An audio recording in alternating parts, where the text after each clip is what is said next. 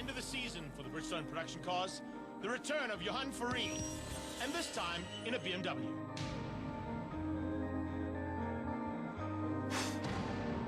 One of Class T's biggest competitors moves up to Class A and steps out of the GTI into an S4 Audi.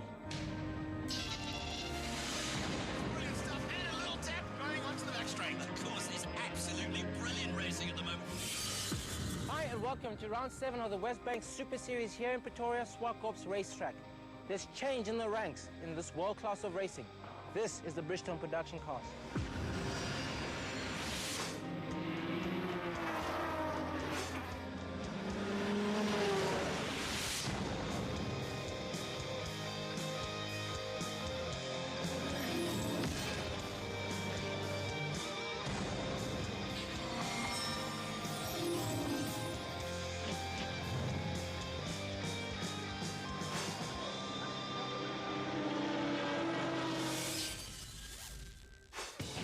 Show. It's round number 7 of the Bridgestone Production Car Championship, and we're getting down to the sharp end of the championship. This is getting exciting.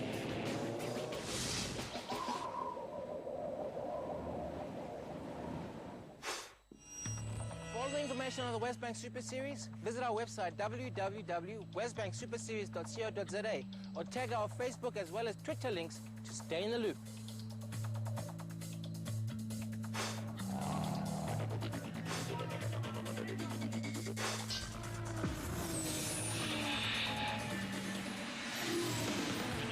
Expected here with the return of Audi versus BMW. Melville Priest got up there into 5th place, just outgunned by Anthony Taylor, and then a really great drive from Van der Linde saw him get to 3rd. However, at the front end, it was another Audi, the championship leader, Michael Stephen, who got onto the front row, and he was outpipped to the line by Henny Groenewald at the Sassel race day. Get confirmation of those qualifying positions as we start today on the front row. Henny Groenewald and Michael Stephen. Good drive from the two BMWs, see them on the 2nd row. Van der Linde just ahead of Taylor. Then it's Melville Priest and the other S4 Audi, and then also Gennaro Bonafide. Darren Lobb and Chop Sapuka make up row number 4. Then Johan Farine and Richard Pinnard in the Subaru. It's an outstanding job, so the team must be very happy about that, particularly with everybody else behind you. Yeah, definitely. You know, as we said earlier, something about Zwartkops Raceway and Subaru, they seem to work well together. It's one place we've had some good success here this year, and the car's consistent in speed. We want consistent in reliability, that we can give Sassel the reward that we need to do today on the Sassel race day. So we're excited to start at the sharp point of the grid, and hopefully we can keep it there. How are you going to strategize today? Yeah, to start off, I mean, we had a good qualifying session. We did a decent lap. Henny, I think, was just a bit quick over one lap. It is at crunch time in the championship. I think what's important is that we finish all the races and not to take too many risks. But I think over race pace, you know, our cars have proved to be good, you know, over the last year and a half. And, yeah, we'll just stick it out there. It's going to be hot in race 1 and 2. I think temperatures in excess of 30 degrees are expected. So, yeah, I think that'll favour us as well. So hopefully we can hang in there and pull back some wins. It's a 19-point lead he goes into race 1 with, but Henny Groenewald is in front of him, and it is the Sassel race day. Round 7 of the West Bank Super Series and the Bridgestone production cars. Down to turn 1. Groenewald gets the whole shot, and right on his tail, Michael Stephen being closely followed by those two BMWs. None of these teams, Greg, can complain really about weather conditions. Absolutely perfect. Track temperature's quite high, so it's really good for the tyres. Good to see Gennaro Bonafide stepping up and making it a very welcome entry into, and as I say that, he gets a welcome return by Darren Lobb, who sneaks on his inside. But the Ferraro Audi is in the mix, and I've got to say, for his first time out, running really nicely. Look, he's done a tremendous job throughout a couple of seasons, Gennaro Bonafide in the Ferrari GTI. And, of course, right now, he's out for a baptism of fire, and no quarter asked and no quarter given. He's really going to be in the mix today. Yeah, hang tight. Here comes Chop Sapuka up on his right-hand side. Watch for the late outbraking as they get up into Sassel corner. It is, wow, look at that lob, just cutting the nose off there.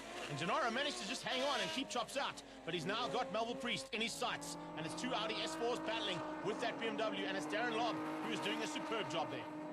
So qualifying times were very, very quick in both fields and not too far off what they were last season. So very, very close racing at the moment. Still early days though, Greg. Yeah, still a long way to go, and it's a full day of racing here as well, expected. But these guys will hold nothing back. Remember, the championship, as you mentioned at the beginning of the show, is now up for grabs. It's time to sort things out Get an awesome aerial footage view here as we go down into Renexcon corner.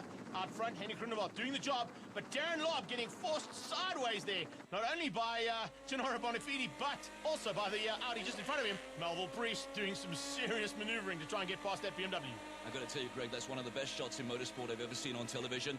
We should get a cherry picker on that corner every time we get to Zwartkops. Yeah, it's great to have some aerial material, there's no doubt about that, but the action is now thick and fast on the black stuff. And in fact, it's the second of the Pertec BMWs now putting the pressure on.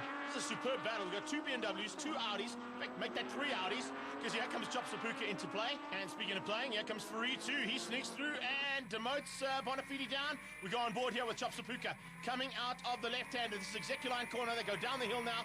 It's hard braking and down the gearbox. Goldwagen challenge, very difficult, especially for those Subarus who seem to be having a little bit with a bit of oil pressure problems, especially in the left-handers. You mentioned Chop Sapuka just earlier on in your comments, and it's hard to say whether he's really feeling the stress and the pressure because the results haven't been going Chop's way, and we do know the boy can drive really well.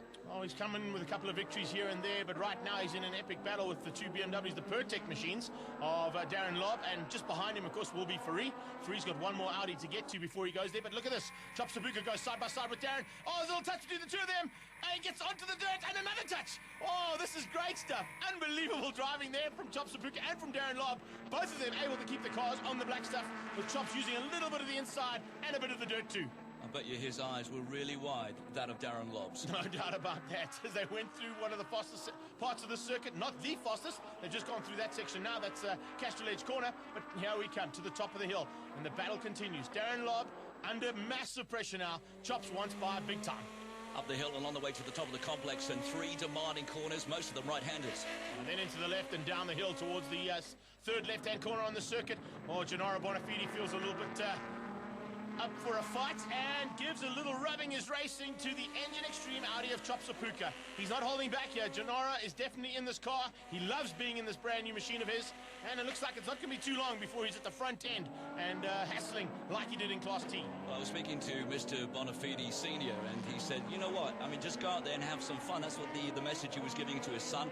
They're not expecting much. They're going to go through some development on this car right now, but they'll be looking forward to 2013. There's no doubt about that. And here we go. Deja vu going through Speed and Sound Sweep, and Pertec versus Engine. Engine might win out here into Castrol Edge corner, and Chop Sapuka this time seals the deal. Forces Darren Lobb wide. Darren is going to, oh, he's getting sideways. Those Bridgestone tyres are leaving big black marks on the circuit as he tries to get the power down up the hill. Here comes Gennaro. Gennaro's going to be harder on the brakes. Gets through, and both the Audis have got past Darren in the space of 2 corners. So, no changes at the moment in the leadership, and what was hoping for a BMW sweep is not the case at the moment. So, a lot of competitive drivers out there. The cars, some like Zwartkops, some don't, and some other cars perform well here, and others really, really don't. They have a really big battle, not only in Class A, but Class T, but we'll see that action later. There goes Priest, here comes Chop Sapuka, Gennaro Bonafide, the 2 Pertec BMWs right behind him. Formation flying there from Lobb and Farid. And now a little bit further up the front. Look at that. There goes the leaders. That's on the left-hand side, heading through Speed and Sound Sweep onto the back straight. Henny Groenewald still leads up. No problems there for him. But the battle continues at the back end here. And all of a sudden, Pinard is becoming a factor too into the final lap. And it is the Sassel Subaru of Henny Groenewald who has not been betted. He was on pole, and he's led from flag, looks like it's going to be to the checkered flag. Well, for much of the season, Henny Groenewald and Richard Pinard in the Sassel team-backed WRX STIs have had mixed results and a frustrating 2012. You wouldn't say so right now, would you? No, there's no frustration right now. It's a Sassel race day, and it's a Sassel car that's going to win out. So that's exactly what wants to happen. Second place is going to be all about Michael Stephen, and that's just some more championship points in the bag. But Taylor wasn't too far behind him. So that's the most important factor to bring in here. Points are going to be very important. Confirmation of the results, Henny Groenewald taking the victory from Michael Stephen, Anthony Taylor and Etienne van der Linde. 5th place, eventually going to Melville Priest. A little further down in the field, let's have a look. Chop Sapuka, Gennaro Bonafide, good debut. Darren Lobb, Johan Farid, Richard Pinard. You must be very, very happy. Exactly. I think, it's fair to say that it was probably the easiest part of the job. We got pole position, so it was up to me to get it to the line first. But from here, it gets a little bit difficult. We start with a Sassel Subaru in 4th position, so we're going to try and get it to the front. But it could be an interesting race between the different competitors. 2 BMs up in the lead now, and a lot of straight line speed. So passing will be pretty tricky, but it might be a close one with a lot of defensive lines between the front cars if the quicker cars are coming through.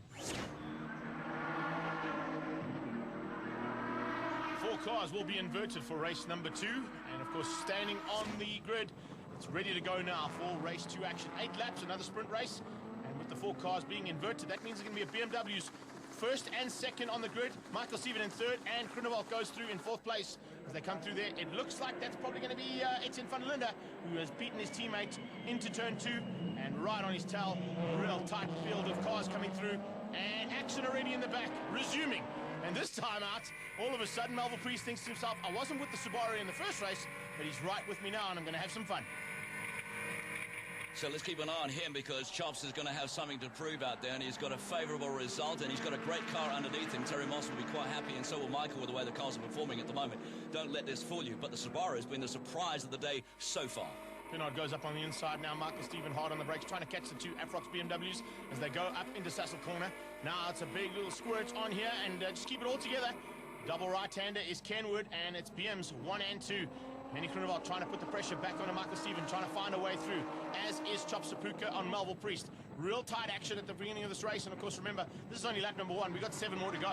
Keeping an eye on Henny Groenewald, but if results are anything to go by, the last Zwartkops outing yielded 3 race wins, and that's it compared to other teams, namely BMW, have had 7. So by Henny's standards, that's worrying. So what's the problem? We'll get into that later. Heading into the brake markers for Redexcon corner. Henny Groenewald is closing on Michael Stephen. Michael Stephen doing the same thing on the 2 BMWs. And Taylor and Van der Linde will be a bit concerned about the fact that there are 4 all-wheel and 4-wheel drive starting to make their way towards them. And this is a BMW-dominated circuit historically, but right now, all of a sudden, we're seeing a big change-up, as we've already got a Subaru taking a victory today. Can Henny Groenewald sneak through and maybe make it 2 out of 2? Well, it's funny you say that. I mean, if you look at the teams and the drivers and the cars, where are their strengths in terms of circuit racing throughout South Africa? We know Henny and also the Engine Team Extreme Audis do well in Port Elizabeth, both of them. Historically, Zwartkops, whose ground is this? Well, we've seen lots of all-wheel drive and 4-wheel drive wins from Michael Stephen and Henny Groenewald, and one today. So I would have to say it's probably the 4-wheel drives that are more dominant here at Zwartkops. What about Cape Town? Well, we're heading to Cape Town next, of course, and that's BMW City. So the 2 guys at the front will be very happy that they're heading down to the Mother City again for round number 8 in a couple of weeks' time. And we're looking forward to the action that's going to happen out there. So effectively, Greg, this championship is still on. It's wide open. There's no doubt about it. Even though Michael Stephen has got, well, he had 19 points coming into this round, he would have secured a couple more, and probably just within the 20-point mark now.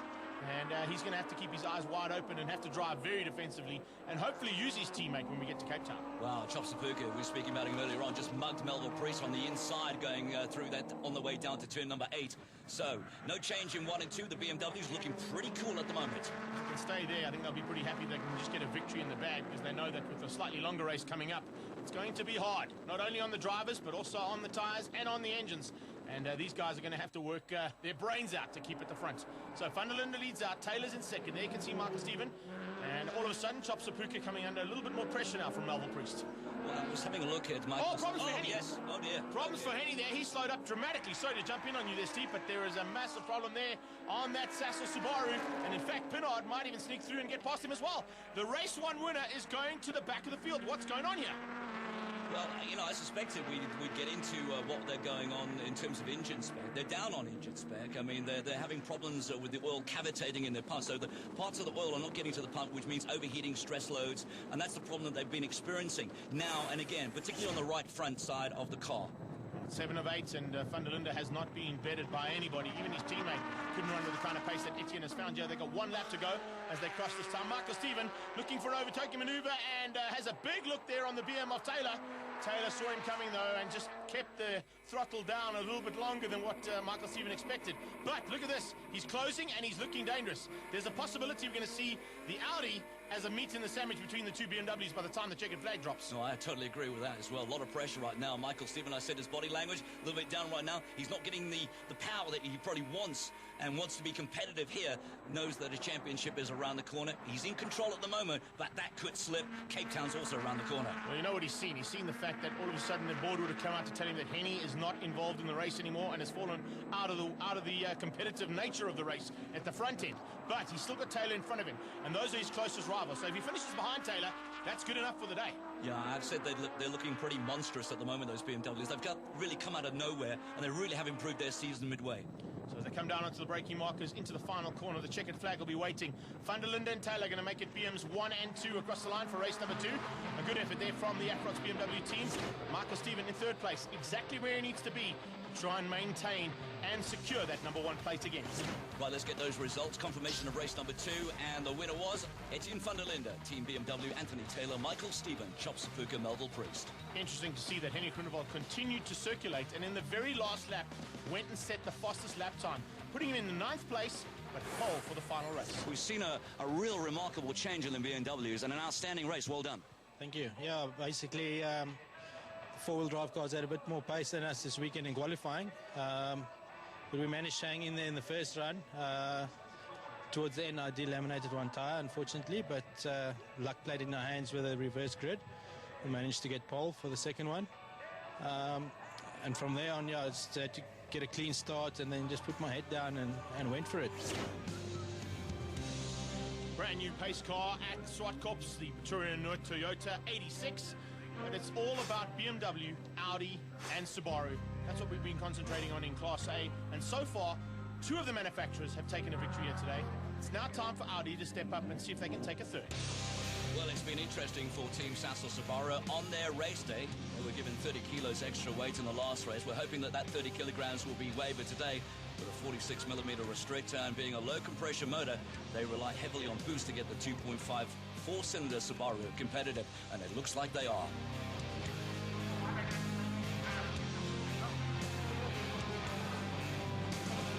Before we get into race 3 and the final bit of action, let's catch up with the man who stepped up from Class A to Class T, Gennaro Bonafide, and his Ferrodo S4 Audi.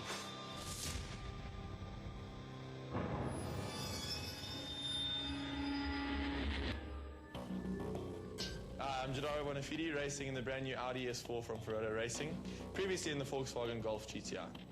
We've had a good start to the season so far, a bit of bad luck in the Golf, and Zwartkops round has seen us being promoted and moved up to Class A in the Audi S4. Well, obviously, you know, with the unfortunate happenings with Johan Free Racing, Audi had a spare car available and they want to see it racing, so they came to us, they approached us and said, listen, they'd like us to run the car under VMP Motorsport. And obviously we were, you know, excited about the move. We made a deal and everything worked out perfectly fine for us. And obviously it's a big change, four-wheel drive, from the front-wheel drive going to Class A. I mean, the times are really close in Class A, so I think it's going to be a great challenge for me. And especially, you know, the four-wheel drive quattro system from Audi, it's just phenomenal. But your lines are different, your braking points, accelerate, and, you know, it's all different. So I think that's nice, and I'm glad that we moved up. The sponsors are very happy about it. Ferrodo Racing have come along with the party. Obviously, Monster Energy are still with me.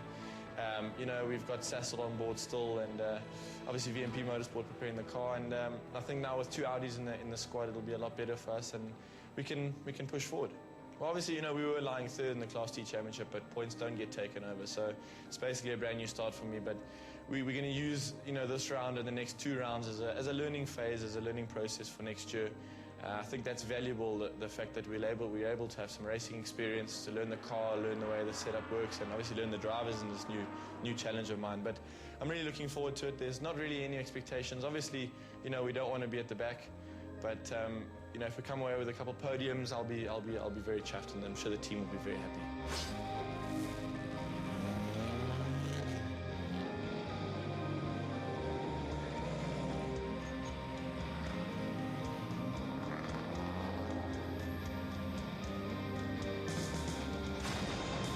One race and 2 rounds to go as they come to line up for the final race of the day. It's a 12-lap affair, and not a bad effort there, I've got to say, from the Ferrodo team to come in at this stage and start the development early for 2013.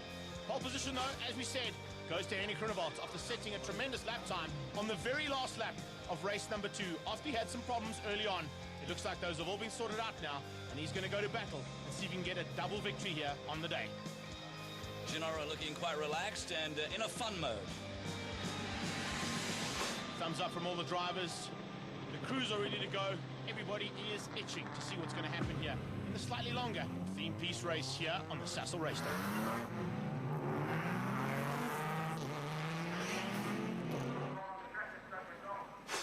Coming out of Goldwagen Challenge corner, it is a field of drivers all itching for the top of the podium. But Henny Grunewald is going to be a tough man to beat here. As they head down towards turn 1, he's going to have an Audi on his outside and an Audi on his inside. But both of them cannot outgun him into turn 1. A good start, though, from Melville Priest. He gets up into second.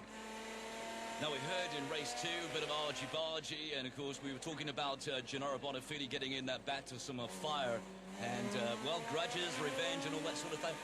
It's not really omnipresent in this series. You know, these guys race close, they race hard, and there's a lot of respect for each and every one of these drivers out there. Speaking of rubbing, here we go again. It looks like it might be Darren Lobb this time, who comes together with a Ferrodo BMW. He was also giving Ferrari a bit of a tap as they came out of turn 2, heading into speed and sound sweep. Now as they go out of turn 4, one of the fastest parts of the circuit, look at how those BMWs are starting to slip and slide already, and we're only on lap number 1. In the background, you can see just an absolute battle about to commence here on the black stuff of Zwartkops. I was down in their pits, in the BMW Pertec pits, and I was having a look at the cars. You talk about rubbing. There was some serious dents and rubbing on both of those cars. Lobb and also Bonafide in the mix, and a lot of grumpy drivers down in there in those pits. Yeah, some of these guys are really taking it to the limit. And as I say that, there goes Ferrari sideways in the rear-wheel drive. Not the best option to be doing there. He needs some four-wheel drive, and unfortunately he doesn't have that anymore. He used to have it, and he's now stepped into the rear-wheel drive BMW. But speaking of all-wheel drive and four-wheel drive, here goes a battle to watch out for. Melville Priest and Chop Sapuka resuming. A bit of deja vu through turn number 3 here. Yes, indeedy. Well, you mentioned Johan Ferrari as well. He was also one of those cars that was getting, done and dusted all around. In fact, both those Pertec BMWs got clouted big time. So I wonder whether that's at the back of the minds, what's going to be going on through this race. There's a long way to go here. A long way to go, and of course, first time out for Ferrari in the BMW for a long time as he goes up and, whoa, defensive driving from Melville, but Chop saw him coming. He just changed his lineup. He'll now try and get the cut back and see if he can squirt it on and get past Melville into Kenwood Corner.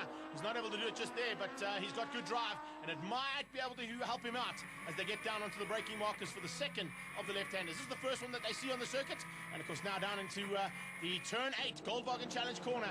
Behind him comes the BM and the Subaru. So it's every man and manufacturer for themselves. Well, Anthony Taylor and Eddie van der Linde realistically are still in this championship race. Both these brand new F30 BMWs have been outstanding, and so have the drivers. But what ADF Motorsport have been not resting on their laurels by any means of the imagination, Greg, is their focus has been on about the setup, testing, and turning the tyres to maximize corner and mid-corner speed. That's what they've been developing since Pakisa. Now, this is where they battle with that mid-corner speed and the corner speed, because remember, with the all-wheel drive and the four-wheel drive quattro systems on these cars, of the Subarus and the Audis, they definitely have an advantage here. You can see they're putting it to good use. But as I say that, all of a sudden, we've got a big change up here. Halfway mark, and Taylor is putting pressure onto the back end of Melville Priest, his ex-teammate, remember, and Chop Sapuka has got away. Right. Now, the other thing that you liked about this BMW was its recent new front-end body kit, part of the M Performance parts package, and it's helped keep the car cooler, which in turn keeps the intercooler cooler. Speaking of cool, let's get hot here. It's getting hot for Gennaro, and there's some tyres. Oh, man, he just got that completely wrong. Not quite sure what went wrong into turn 1 there, but the Ferrodo car had to park it on the sideline. He just had nowhere to go, and something went wrong in that Audi. Maybe exuberance of youth? It could be. He's a very hot driver when it comes to the action that happens out on track, and maybe he pushed the car a little bit too much, but the way the car broke, it looked like there was something wrong with it, maybe even before the start. You mean in the suspension? Oh, good possibility there was a suspension arm or something that went wrong there, and he just parked it on the sideline. But that is the end of the day's racing for him. However, we are heading to a circuit where Gennaro Bonafide has shone in the past, and in his new car, I'm sure he's going to be right up there. So yellow flag still waving, and Gennaro Bonafide looking quite anxious. Is that smoke? He'll want to get those fire extinguishers out there. And, of course, looks like the marshals are right on the ball with working fire extinguishers this time. Well, it's final lap time, and it's final corner here for the man who will be king today. 2 wins out of 3. Not a bad effort there for the Sassel Subaru team on the Sassel race day. But more importantly, look who's right behind him, and look who was in 3rd place. Brilliant stuff there from Michael Stephen. Maintains his championship lead. Henny Grunewald and Taylor are going to have to work hard down in Cape Town to try and catch him. Chop Sapuka finishing in 3rd. Great result for Kenny on the Sassel race day for fans and supporters and friends. Superb effort there, taking 2 out of 3, as we said. Michael Stephen, Chop Sapuka, and Melville Priest, with Anthony Taylor first of the BMs in 5th. Further down the field, let's have a look what's going on in the mid-pack, the Rat Pack. Richard Pennard, Johan Ferrari, Darren Lobb, John Mayer, and Etienne van der Linde in that BMW. What an absolutely superb way to finish it. A race win in the final 3rd, and, of course, 20 important points. Yeah, exactly. I think that's the most important part is the Sasol race day and surely also the 20 points. You know, that's what the feature races are important. So we managed to get it last time, and they sure do make a difference in terms of the championship points table. So we're still on a deficit, but we're trying our best to get back there. Job done. I think overall the team quite happy, Michael Stevenson, second place. Yeah, very happy. You know, as I mentioned earlier, consistency is a key at this stage, and a second, a third, and a second in this one. The Subaru was just too quick for us today. Same time, you know, last time at Zwartkops, we'll have to go home and do some more homework to beat them next time.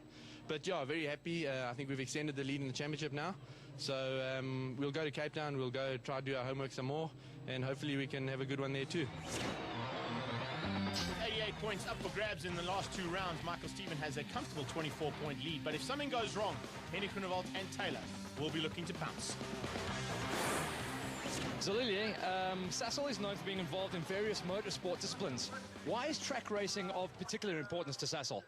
Well, it gives us an opportunity to, you know, use our products that we have produced in very controlled research environments. But track racing enables us to test the usability of the products that we produce, and from that research, we also use that information to produce the normal petroleum products that you get at a Sasol filling station. So track racing plays a huge role in that.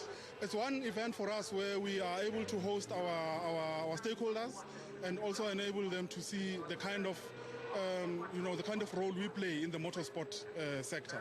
So our teams participate and they win in most instances, many of the races in the calendar. But because it's Sasol Race Day, it's the day we would like to focus on really showing our stakeholders what is it that we are doing in the motorsport arena. And as far as Sasol and their products go, what's been the big advantage of being involved in motorsport? Like I said earlier, what happens is that it enables us to take the information from the research, from the performance of the cars into our research facilities. I mean, we've got the best research facilities in the African continent based at the University of Cape Town. So all the information that comes out of what happens with our products in the racing space gets taken there for further development of products that we sell in the public arena.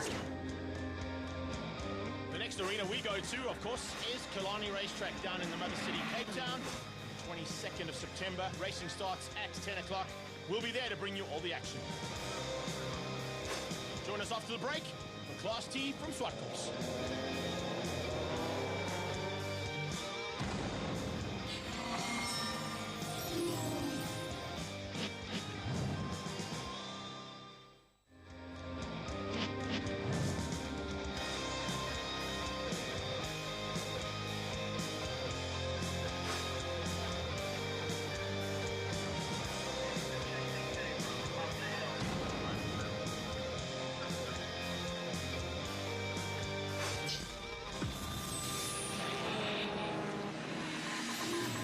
Battle comes to a head here at Zwartkops with Gary Formato and Graham Nathan going at it for Class T honours, but they're down in 4th and 5th place respectively. It's the men who are not involved in this championship that have dominated. Cronje going real well in 3rd place. Michael van Rooyen getting that Chevy Cruise absolutely hauling around here, but no one could catch the king of Zwartkops. Lee Thompson on pole in the Castrol Mini. So confirmation of who's on the front row. Lee Thompson in the Mini, Michael van Rooyen side by side. Gavin Cronje and Graham Nathan make up the 2nd row. Then Gary Formato, the 2 forwards, Sean Duminy. Behind them comes Jacques Joubert and Devin Robertson in the Big Boss Auto Renault. And then bringing up the rear, Abraham Levy in the Jai GTI. Leaving off where you left off at Pekisa, outstanding. You must be stoked to be on pole. Yes, no, we're definitely happy about this. It's been hard work after our incidents we had at Durban. We thought we might be a bit quick on pace, but nevertheless we're there. Big thanks to Akrapovic supplying our new exhaust systems for us. We battled quite a lot because we only run a 1600cc engine. We battle out of the corners with a lot of turbo lag, but that seems to have fixed up the problem. Obviously, big thanks to Ferrado and Castrol as well. Not the quickest in qualifying, but just very, very close behind. Second place, you must be actually quite happy with where you are at the moment. Oh, more than happy, Steve. I think we're half a tenth off of pole position, and it's more than what we could have hoped for. Second time out for the car, and it's been brilliant. We did well in practice yesterday, more or less. Had some issues, but we were quite confident for today. Graham Nathan with a 32-point advantage. Doesn't have to worry too much about the Minis and the Chevrolet Cruze. He has to worry about this man who's alongside him as they head into turn one. Gary Formato having some problems in qualifying. Tell us a little bit about that, Steve. Well, what was turning into a repeat? Whoa, hold on before you get into that. My word. Chevy is absolutely sideways through turn one, and he's going to have to fight from the back now. Michael van Rooyen getting a little tap from somebody out there, and he ended up almost in the wall. He's managed to get back and going again, but that's not the start he wanted in that Chevy. Did we see who got tapped there? Because I saw two cars on that apex of that corner. Can we get an ID on the other car? We missed it. It happened in a split second. Well, you can see that there was a little bit of rubbing his racing happening as well, because already some bodywork damage on the back end of the Indy Oil GTI, and the two Minis run wide. So did Gary Formato. He's now in third place ahead of Graham Nathan, where he needs to be, but unfortunately it might be a little bit too little too late. Up the inside, Cronier having a go, and Lee Thompson just soaks up the pressure. The two Castrol Minis, no team orders there, you can see, but Lee's going to have the inside line heading to Execuline, and he might be able to maintain his lead, and does so as they come out of Execuline. Well, through the seasons, we've seen that dominant display from Formato and Graham Nathan. Now, all of a sudden, thrown into the mix are these two John Cooper designed Minis are just causing absolute havoc in the field, and I'm glad they are. Yeah, it's fantastic to have Mini back involved in motorsport in South Africa. They were there for a while, and remember they took a little bit of leave of absence, but now all of a sudden it is Lee Thompson, and Cronier's under pressure. Formato goes on the inside. Gavin Cronier gets forced wide. Here comes the GTI as well. So heads up, the championship leader is back into the mix, and whatever damage happened there, it's not affecting the handling of the car. He's definitely still in it. Yeah, sadly, Ford has braking problems, and what's happening is that the ABS cannot cope with the severe braking and energy being exerted on the front end. In fact, there is no motorsport-designed ABS system for the Ford, so they are using a BMW one. It's a 36mm restrictor. It's what they run. In my opinion, they'd be a lot quicker if they could only get that up to a 37. It's running a boost, run about a 0.9 ECU's a motor. Basically, it's a touring car without wings. Check this out, though. At the front end, Formato and Nathan now second and third on the road behind Lee Thompson, as we saw a little bit of rubbing his racing happening with Cronier as they went through Castrol Edge, and the Castrol Mini had to give way, otherwise he was going to end up where John Mayer did, and that was on the in the kitty litter on the outside of turn number 4. You know, one of the nice things, I got behind the scenes and spoke to a lot of the mechanics in the pits, particularly with the Team 4, and I said, you know, is there a difference, Greg, between Gary Formato's style of driving and Sean Duminy? And he said, yes. Formato's about finesse, and Dumini's all about the wild man from Borneo. Yeah, and Nathan's even wilder than that as he gets sideways coming out of BMW corner. So Nathan now putting massive pressure onto Formato. He wants past. He wants to show him the kind of damage that's been done already as they head into speed and sound sweep. He's got Duminy on his tail, so he'll have to keep his eye on that rearview mirror for a little bit. But if they pull away, there's going to be an epic battle here. And this is the championship battle, basically. The only man who can catch Graham Nathan is Gary Formato, and he's doing everything right now. If he can keep ahead of Nathan, there's a possibility he'll just eke some more points away. But with Nathan, it's all about finishing up at the end of the day and getting as many points in the bag as possible. Yeah, we've seen this buffer now and again between Ford and the GTIs, Nathan and Formato, the people in question. But, you know, if one doesn't finish the race, we've seen Nathan not make any points for an entire day, come back and still be in charge of the championship. What does that tell you about this driver? Yeah, he's just an amazing ability behind the wheel. Speaking of amazing abilities behind the wheel, Gavin Cronier's got some of that. So has Jacques Joubert and Devin Robertson, of course. And now, all of a sudden, the Renault is playing with the GTI 5, an ex-championship winning car, and the current car that seems to have the pace around most of the circuits. Well, in fact, in the hands of Lee Thompson it does, and earlier on in the hands of Gavin Cronier it did as well. So the brand new machines having their own little ups and downs, and of course the Minis are on the up at the moment. The Renault is starting to make its way up, but look in the background. I also picked up that the Chevy is not too far back. The other thing I've also picked up is this Mini is looking a little looser than it normally is. Normally they have a really tight setup on it, but what they're battling with is ambient heat outside the car. So they're setting up the setup to actually be a little bit more looser, to not exert too much more heat onto the front end of the car. Very clever, what these mechanics get up to. Yeah, these guys really know what they're doing when it comes to the setup of these cars. We're going into lap 7 of 8, and Formato is still maintaining his advantage over Graham Nathan. Graham Nathan, I think, might just exert a little bit of extra pressure now going into the final lap. So he comes into an X1 corner, goes on the inside. Oh, he's going to go past and show for Marto what he's done earlier on. It's taken him a couple of laps to do it, but they're now side by side. It's Indy Oil versus the Castrol machine, and it's a Ford versus a GTI. The GTI looks like it might have the legs here along this little straightaway. Who's going to have what it takes on the roll-off? Because they don't break here, they just literally roll off. It didn't look like Nathan even rolled off there. I keep seeing things fly across the track. Is it bodywork or dead hardy does? Yeah, something like that. They're all going for the birdies, that's for sure. Right now, Nathan has got his sights set on second on the podium. He's not going to catch Lee Thompson. He runs a little bit wide for Marta, tries to come back at him. Gary Marta now is probably going to have to settle for that second place in this battle, but it's third place on the road, and that's not where he wants to be. I do apologise to any bird lovers for my comment about hardy does. Right, as they head down towards Goldwagen Challenge Corner, it is a Volkswagen that is winning out the championship battle. It's not the battle on the day. That war is going to be won by the John Cooper Works Mini, and they've got one lap to do it in, and I think Thompson will hang on. That GTI looks like it needs a pamper.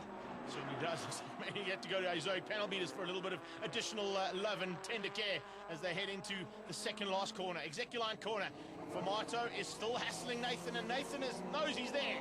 But it's a great battle, and it's been a really good one to keep out the man who would have only opportunity of catching Graham Nathan's lead in the championship. You can also see how competitive it is as well, as he takes the checker flag, and a really great result for Castrol Mini. But coming back to Michael van Rooyen, it's so quick, this class, you can't make up 6 seconds. No, it's very difficult to do that. Lee Thompson, though, has taken the first victory of the day. He'll be happy with that.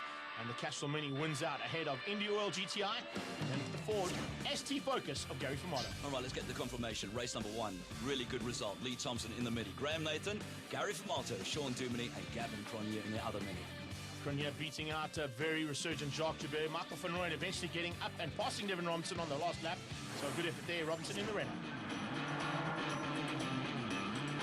4 cars will be inverted for race number 2. They're standing on the line and ready to go. As soon as they get the go-ahead, we'll be starting with a rolling start, as dictated by Class A. Was he looking at those balls as he pulled them out? There's a good possibility. I wasn't going to say anything. We'll have a chat to Vaughan about that.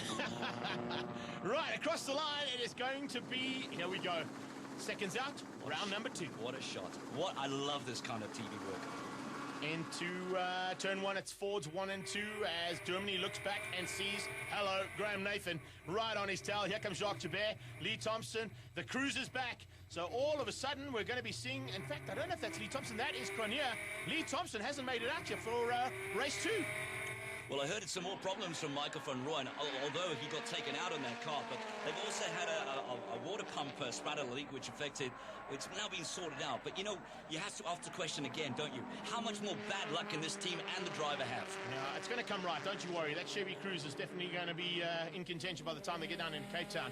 As they head up the hill now towards Sassel Corner, Sean Duminy trying to do everything he can and try and put on the pressure onto Graham Nathan. But Nathan is doing everything right now. He is on the back end of Gary Fumato, and he'll probably just sit there for the 8 laps and wait for an opportunity to sneak through later on.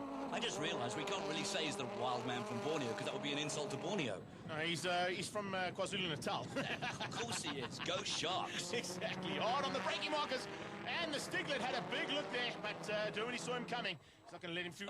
Cronje's got a problem too. Both Minis out. Race 1 winners. Oh, that is a massive problem here for the Castrol Mini. Yeah, definitely that.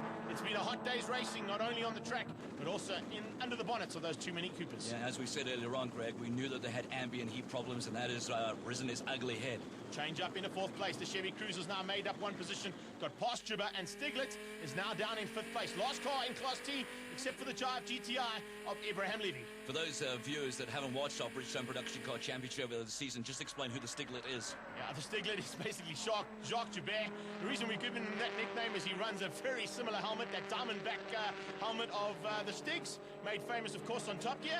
So we've got the Stiglet. This is the baby version of the Stig. He's up and driving in the 2nd of the Indy Oil GTIs. And a great driver he is too. Yeah, superb effort behind the wheel, and all these guys are really, it's been fantastic racing all day long. And so far, it looks like it's going to end up here with another dice to the line between that GTI and the Ford. Wow, look at the crowd here. It's a massive crowd that have come out for the Sassel race day. We've got just over the halfway mark, and still Nathan's sitting comfortably behind Fumato. He's not going to pounce just yet. but he's definitely looking like he's got something up his sleeve. Yeah, Nathan is sublime in everything he does. I mean, he's not going to make a mistake. He won't take the chance. I mean, these two, it doesn't matter what they say, they respect each other a lot, these two drivers. And as they say that, there's a problem on Famato's car. Looks like he might have missed something there, maybe a gear.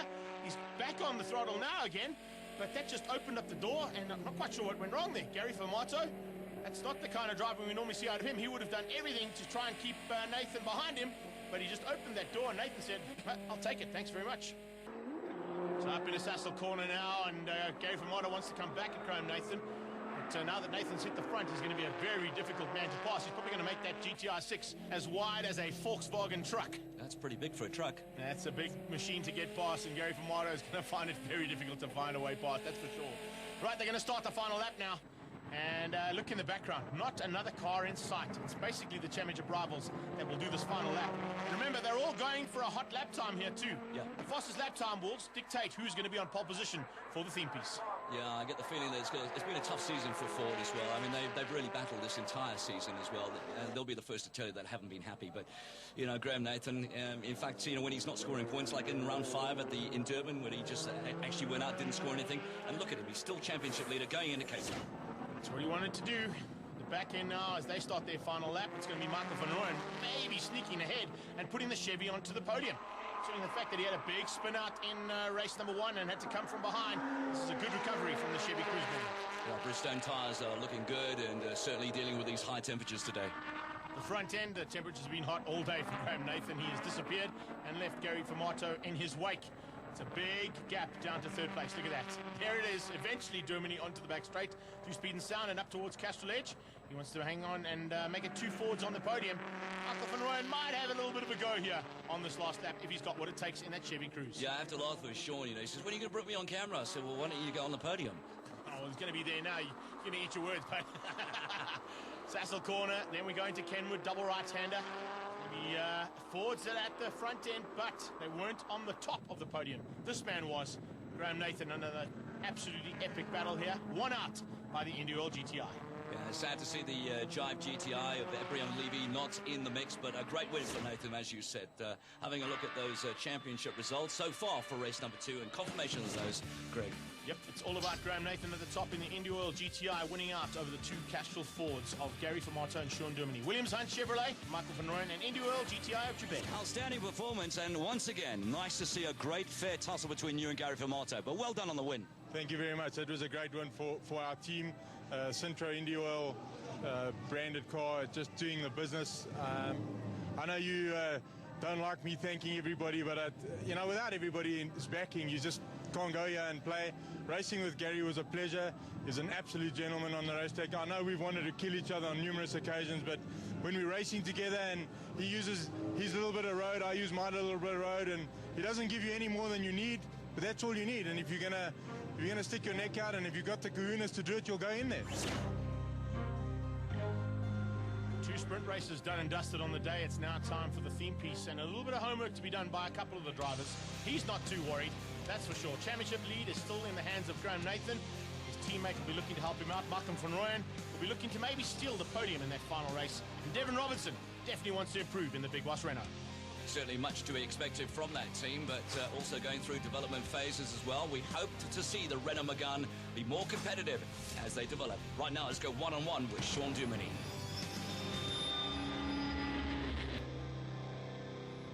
Okay, hi guys. My name is Sean Duminy from Team Ford Racing.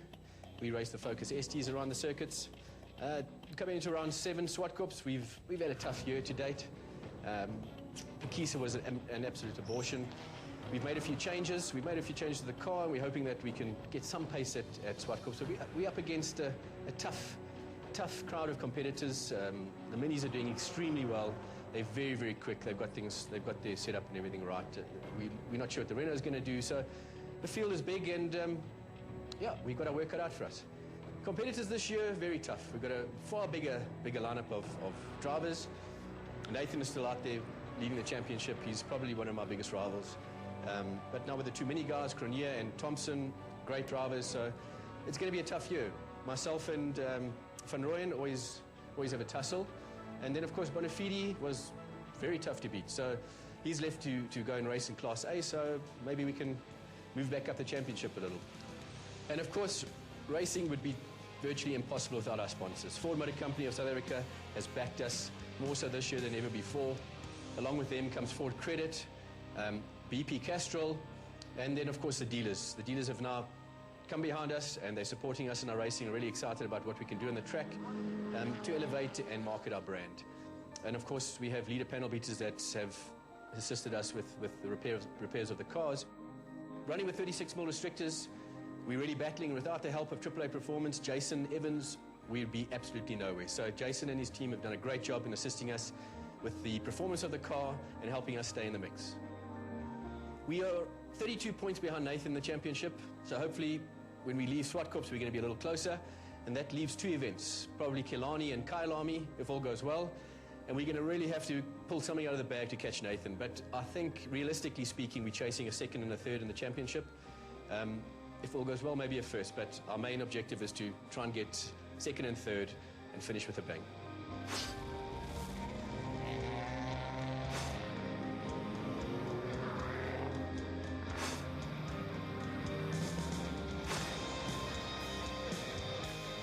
Some frantic work has been done in the interim between races 2 and 3, and we have a full field of Class T back on the grid, including the 2 minis, and including Lee Thompson's one, who managed to go out and sneak in a hot lap in race 2 to put it on pole.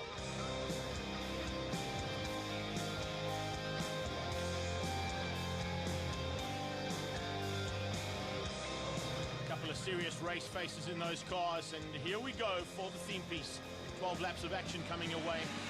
And Nathan really looking like he has got that #1 plate on the side of the car. Just peel the 21 and the T off, and then we'll be good to go.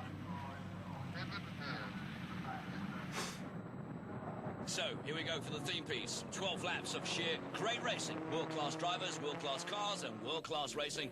Graham Nathan, well, he's got everything to prove, and he could really make this championship happen now before he even gets to Cape Town. Sure, the lights were held there for a long, long time, and it nearly caught Gary Famara out. He fortunately just saw them at the last minute and backed out, but that just caused the concertina effect. And look behind, it's Germany, and around his outside comes Michael van Rooyen. It could have been real ugly there, and I think his teammate actually just managed to not tap him into turn 1. Yeah, Cronier made a mistake out of that turn. He got really caught up on the inside, so he really couldn't go anywhere. In other words, he got boxed in. But look at him fighting the young Stiglet. Yeah, side-by-side action there between GDI 5 and John Cooper Works Mini, and the Chevy Cruze all over the back of that ST Focus of Germany. And at the front end, it's Lee Thompson. Now, unbelievable. He came out during race 2, put in a hot lap time, and went back into pit lane and said, right, I've got pole. That's all I need to worry about. Let's fix this car. Well, let's go further back in the field and let's talk about, just briefly, about the Renault Megane. New to have, rather great to have a Renault Megane back into production car racing again. Hasn't really gone their own way. Still lots to do on that car. Yeah, development is happening day by day on that car, and by the time we get into Cape Town for round 8, I think it's going to be a little bit more competitive. Speaking of competitive, look at the Chevy. Looks like there's a little bit of body damage there as they came out, or was I just seeing things? It's definitely under a bit of pressure now, and now all of a sudden the Renault's in the mix. It's all over the back of this second battle on the road. Cronier, Juba, Van Rooyen, the Rustenburg Rocket goes sneaking through there, and Devin Robertson in the big boss Renault is right there. Yeah, those last 5 cars at the back there, you can actually throw a blanket. I would imagine it's probably, what, about 5/10,000 between the pace of those 5 cars? Hardly anything. That's the most important thing. That's the kind of racing we want to be seeing in Class T. It's the kind of racing we've seen all year in Class T, in fact. Yeah. Really great for the sport and great for the spectators. So GTI winning out, well, it's winning out the battle in the second part of this race. It hasn't won out the battle at the front end, but Graham Nathan won't be too concerned about that as he runs a little bit wide coming out of Castrol Edge, and with a Castrol Ford on your tail, you don't want to be doing that. Look how defensive he has to go. Up at the top into Sassel Corner, and it's Indy Oil GTI versus the Ford Focus team right on his tail, both of them hassling him. He's not worried about Lee Thompson. He's just worried about keeping Famara out. Let's talk about the mindset of some of these drivers that have been on a regular basis driving throughout the entire years, and to see the John Cooper Minis come in and be this competitive, does it raise an eyebrow? It certainly does. I think it's a case of the new cars coming in usually take a couple of races to cut their teeth and make sure that they're all good, like we're seeing with the Renault and the Chevy. But the Coopers, they come out with a race package, and man, they've got an awesome package behind them, because all of a sudden, after, 3 races, they're really at the front and winning. But they also are battling with little aspects of performance, like heating, which a lot of the front-wheel cars do as well. And one only has to ask the question that if they sort that out, man, how good will they be? Graham Nathan, good? I think it'll probably be there. Look, they're all world-class drivers, as we always say. There's no doubt about it. And each of these guys, in their own right, can pedal a car around a circuit. But it's just a case of the team behind you, how much effort you're putting in, and, of course, your ability when it comes to the heat of the moment. Well, I know the mechanics and the guys behind the scenes, they take an awful amount of credit. And Graham Nath will be the first one to stand up there and say, you know, I'd just like to thank my team, and he does it all the time. But, you know, I sometimes get annoyed with Graham because at the end of the day as well, his driving skill is what wins races. Germany on the braking markers in the Goldwagen, under pressure now from Cronje. Cronje goes wide. He's going to look to try and drive around the outside. Watch on the right-hand side of this car. Germany giving him a little bit of, or a little less room. And Formato slowing. Can you believe it? Gary Formato slowing up. There's a bit of damage on that car, so I think he might have come together with somebody. I'm not sure if it's Nathan or anybody like that, but Gary Formato is now dropping by the wayside. This could be a massive deciding factor in this championship, and if he doesn't finish this race, when they go to Cape Town, it's going to be about 4 or 5 points that Graham needs to win this championship. Wow. That was almost so detrimental for Sean Duminy because Formato was on the outside, and so was Duminy. Thompson was lucky enough to be on the inside. He could actually breeze around that corner as well. Well, now that just steps Duminy up into third place again, and it's now Cronje who's going to be battling for the final podium. Are we going to see 2 minis on the podium with the probably champion-elect in the middle of them? You've taken enough money off me. Right, out of Sassel, and the second Ford is slowing. Hello. Can you believe it? So Germany, probably with similar kind of problems, and this not as much damage as Gary Formato's, but Cronje has now snuck through. So the 2 cars that were out of race 2 are now both on the podium. Oh, looks like that might be a puncture. So Germany out. Here comes the Chevrolet Cruze. Look in the rearview mirror here. Coming up on the back end of Sean Duminy. Is he going to try and limp this car around and get it to the finish line? There goes the Chevy Cruze. Van Rooyen sneaks past. In the background, we can see Class A taking the checkered flag, but it's not all over and done with just yet because Lee Thompson still has to do that. And the Castrol Mini comes up to Sassel Corner. He's got a comfortable margin over Graham Nathan. In fact, it's about 3 or 4 seconds over Nate. So a great drive from Lee Thompson. A good recovery considering he didn't race in race number 2 today. But he set that hot lap time, put him on pole, and done everything in race 3. Well, since Pakisa, we had tremendous, surprising results for both of these, for Cronje and Thompson at Pakisa.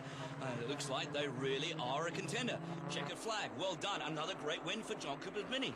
Yeah, takes the victory on the day, but the war is more important right now as we go into round 8 of that one. Lee Thompson winning out, but Graham Nathan winning the battle for the day in terms of championship points. What if they were there from the beginning of the season? What if?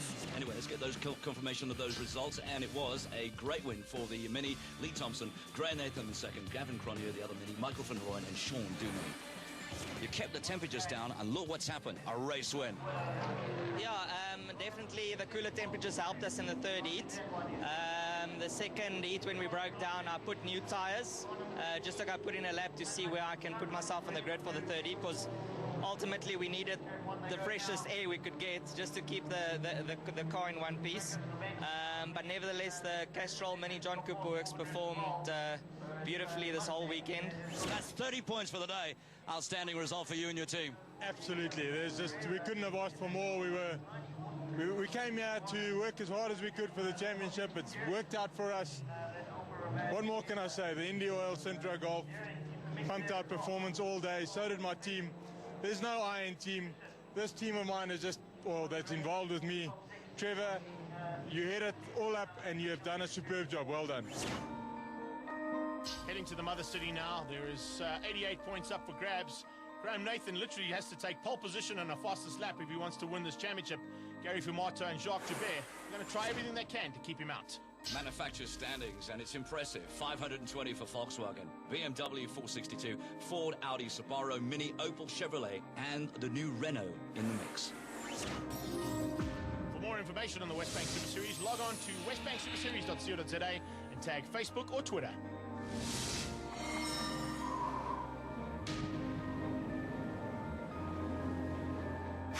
That's a wrap of the Bridgestone production cars, as well as conclusion to round 7 of the Westbank Super Series here in Pretoria Zwartkops Racetrack.